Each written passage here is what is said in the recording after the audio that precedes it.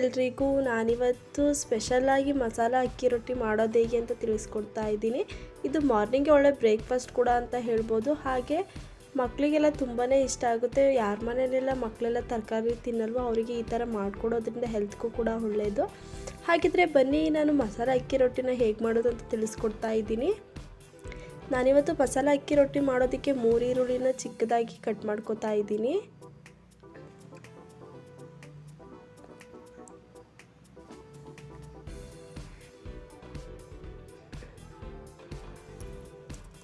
ಹಾಗೆ ನಾನಿಲ್ಲಿ 2 ಹಸಿರುಮೆಣಸಿನಕಾಯಿನ ತಗೊಂಡಿದ್ದೀನಿ.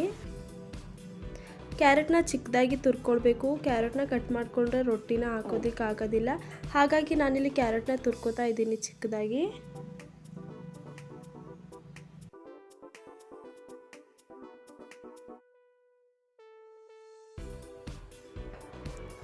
ನಾನಿವಾಗ ಒಂದು ಜಾರ್ನಲ್ಲಿ 1 ಕಪ್ ಅನ್ನನ ತಗೋತಾ ಇದ್ದೀನಿ.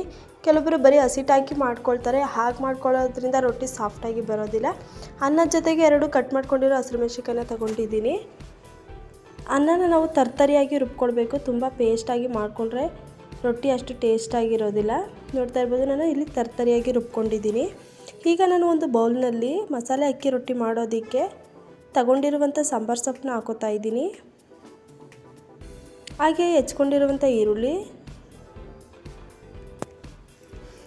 ಮಸಾಲೆ ಅಕ್ಕಿ ರೊಟ್ಟಿಗೆ ತುಂಬಾ ಟೇಸ್ಟ್ ಕೊಡೋದು ಅಂತ ಹೇಳಿದ್ರೆ ಸಬ್ಬಕ್ಕೆ ಸೊಪ್ಪು ತುಂಬಾ ರುಚಿಯಾಗಿರುತ್ತೆ.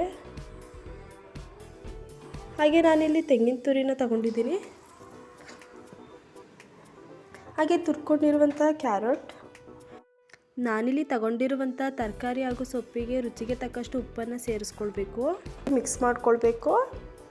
ಹಾಗೆ ನಾನಿಲ್ಲಿ ರುಬ್ಕೊಂಡಿರುವಂಥ ಅನ್ನನ ಸೇರಿಸ್ಕೊತಾ ಇದ್ದೀನಿ.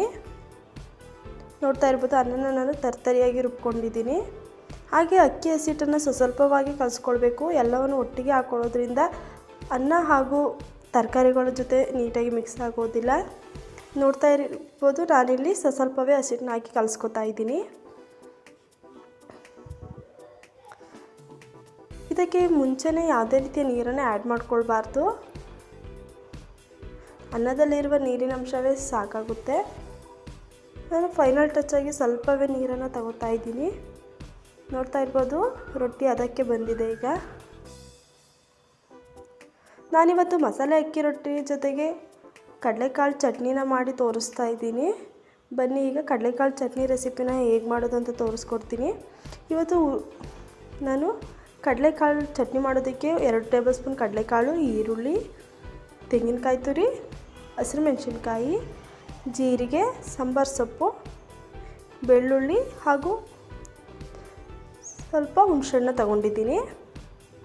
ಈಗ ನಾವು ಕಡಲೆಕಾಳು ಚಟ್ನಿನ ಮಾಡೋದಕ್ಕೆ ಸ್ಟವ್ ಮೇಲೆ ಒಂದು ಹೆಂಚನ್ನು ಇಟ್ಟು ಅದರಲ್ಲಿ ಕಡಲೆಕಾಳನ್ನ ಹುರ್ಕೊಳ್ಬೇಕಾಗುತ್ತೆ. ನಾನಿಲ್ಲಿ ಒಣಗಿರುವಂಥ ಕಡಲೆಕಾಳನ್ನು ತಗೊಂಡಿದ್ದೀನಿ.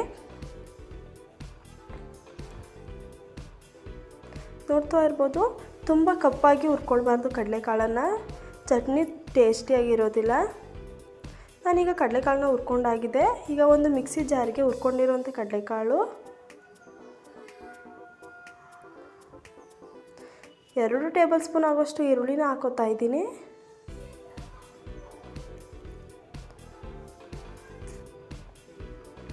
ಹಾಗೆ 3 ಹಸಿರುಮೆಣಸಿನ್ಕಾಯಿ, 2 ಟೇಬಲ್ ಸ್ಪೂನ್ ಆಗೋಷ್ಟು ತೆಂಗಿನಕಾಯಿನ ತುರಿನ ತಗೋತಾ ಇದ್ದೀನಿ.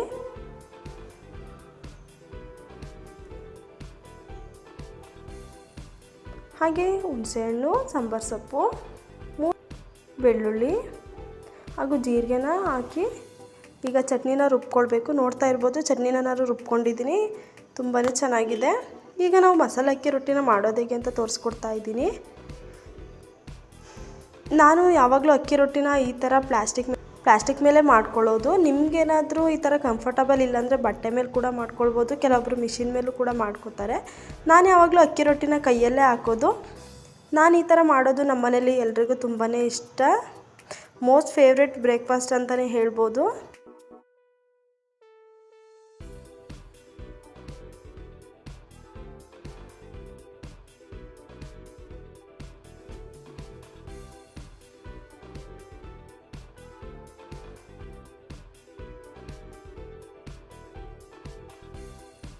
ಮಸಾಲ ಅಕ್ಕಿ ರೊಟ್ಟಿನ 2 ಕಡೆಯೂ ನೀಟಾಗಿ ಬೇಯಿಸ್ಕೊಳ್ಬೇಕಾಗುತ್ತೆ.